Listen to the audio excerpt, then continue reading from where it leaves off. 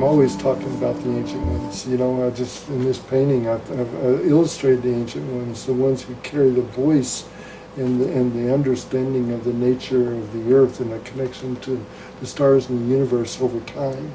Oftentimes, those ancient ones, I'll go in ceremony in my lodges, and I'll talk to those old ones, sitting in there in the stones, holding that thought and truth for since the beginning.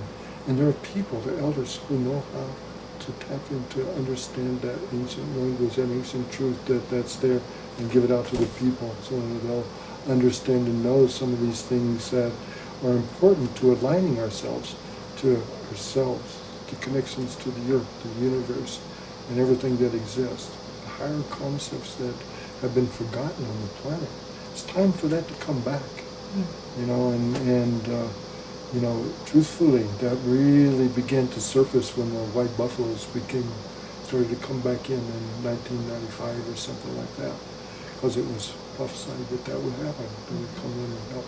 Those are the ancient ones. Those are the ancient language that it's time for the people to begin to understand and learn and bring into their hearts again and understand this nature of connecting to the earth and sky and ourselves. So.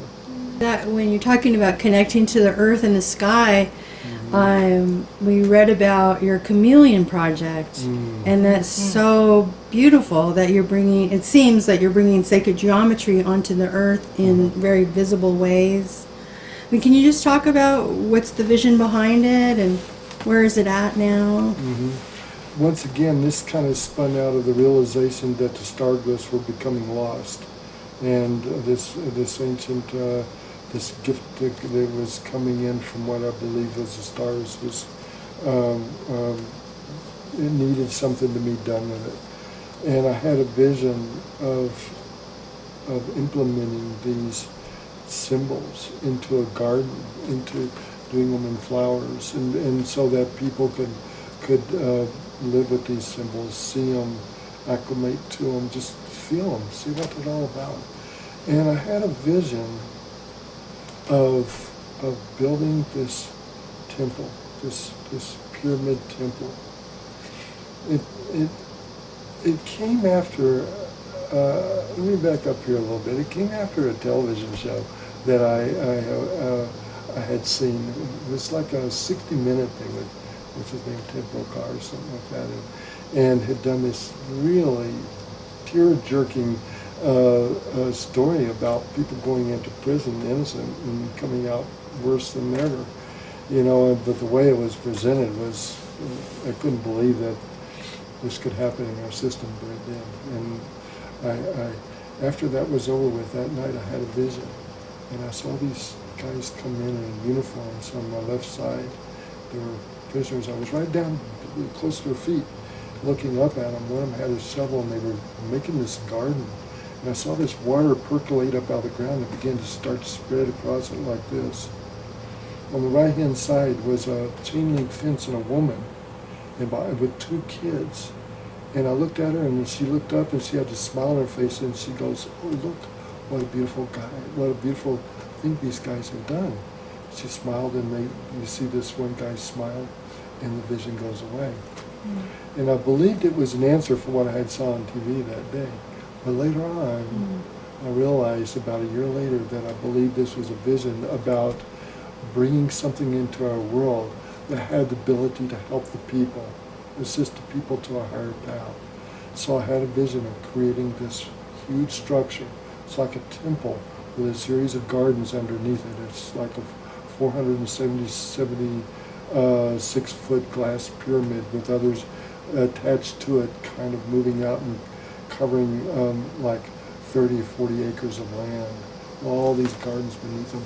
But what it's there for is to assist everyone in whatever their journey is, to understanding the elements that are beyond the material world, the things that are important to us that people have forgotten about.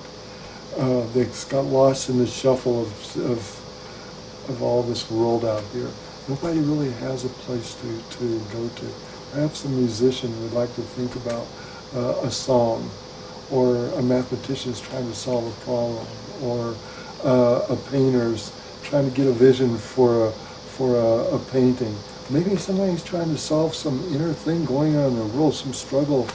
This is a place that people can go into and just be, and it has beautiful magnitude to it.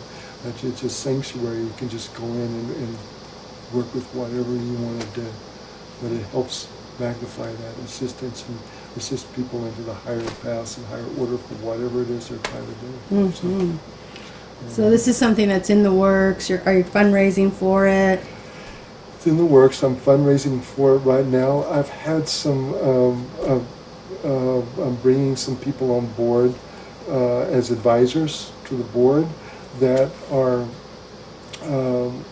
assisting us with materials that are earth-conscious type elements, sustainability efforts to, for example, I have a gentleman that's coming on board who has a company here in Phoenix who has invented many inventions, but one of them that he wants to put into the Chameleon Project is this glass.